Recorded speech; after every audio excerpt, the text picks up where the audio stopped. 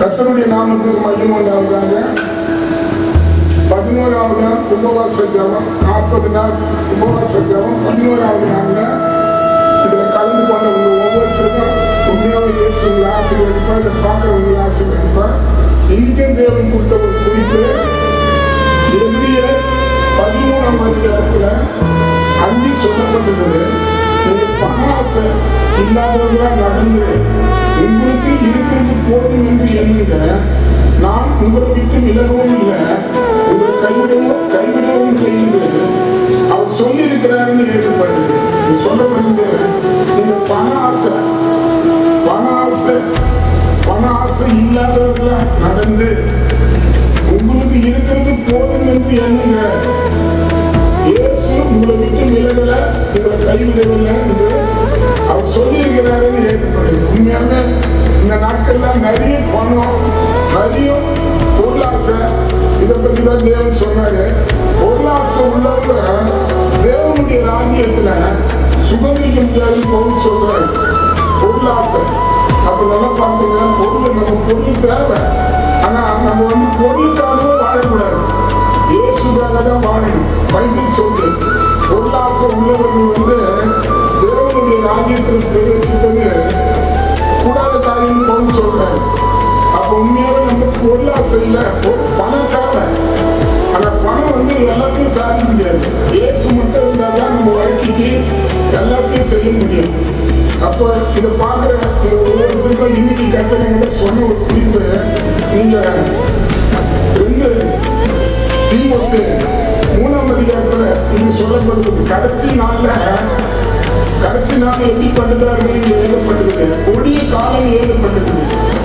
1 தீமோத்தேயு 3, 1, 2, 3, 4 இதில் எழுதப்பட்டது. பாருங்க, எப்படியானாலும் மனுஷன் தற்பிரிய, பணப்பிரிய, வீம்புக்காரர்கள், அகமை உள்ளவர்கள், தூசிக்கிறவர்கள், தாய் தகப்பனுக்கு கீழ்ப்படியாதவர்கள், நன்றி இல்லாதவர்கள், பரிசுத்தம் இல்லாதவர்கள், சோழத்து அன்பு இல்லாதவர்கள், இருமப்பு உள்ளவர்கள், அவதூறு செய்கிறவர்கள், இச்சை அடமை இல்லாதவர்கள், கொடுமை உள்ளவர்கள், நல்லவர்கள் பகைக்கிறவர்கள், துரோகிகள், துன்மார்க்கர்கள், துணியம் உள்ளவர்கள், இருமப்பு உள்ளவர்கள், தேவன் பிரியமாயிராம சுகபோகமான பிரியர்கள், தேவ பக்திய தேசத்தை தரித்து கொண்டு அதில் மறுத்தளிக்கிறவர்கள், இப்படிப்பட்டதை விட்டு நீ விலகி அப்படின்னு எழுதப்பட்டது. உண்மையாக நம்ம இந்த கடைசி காலத்துல பணப்பிரியரா வாழ்றாங்க, தற்பிரியரா வாழ்றாங்க. நான் பைபிள் சொல்றது 1 தீமோத்தேயு 6ஆம் அதிகாரத்துல எழுதப்பட்டிருக்கு. அந்த பண ஆசை எல்லா தீமைக்கும் வேற இருக்குதுன்னு எழுதப்பட்டிருக்கு. பண ஆசை உண்மையாக நீங்க பாருங்க, பைபிள்ல ஒரு 2 பேரை பத்தி சொல்லப்பட்டிருக்கு.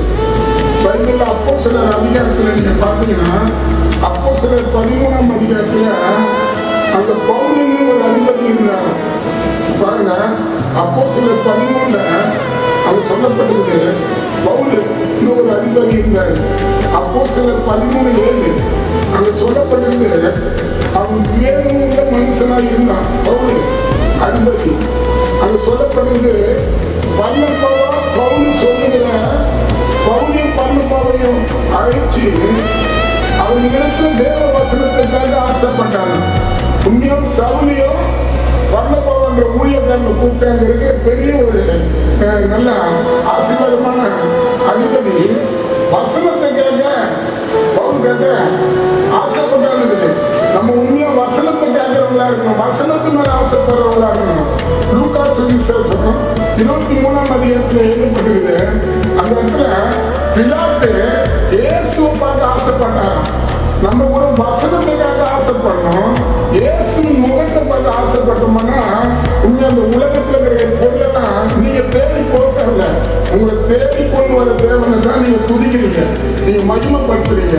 இப்ப நம்ம ஜெபிக்கிறது என்னன்னா, பாருங்க, ஆராதனை உபவாச ஜெபத்தை ஜனங்க மதிக்க மாட்டாங்க, ஆராதனையும் மதிக்க மாட்டாங்க. பல பேர் ஆராதனை உட்கார்ந்தா கூட அந்த பண ஆசை நம்ம ஆராதனை விட்டு வெளியே போயிட்டு சம்பாதிச்சா நல்லதுன்னு சொல்லிட்டு ஆராதனை வெளியே கொண்டு போகுது.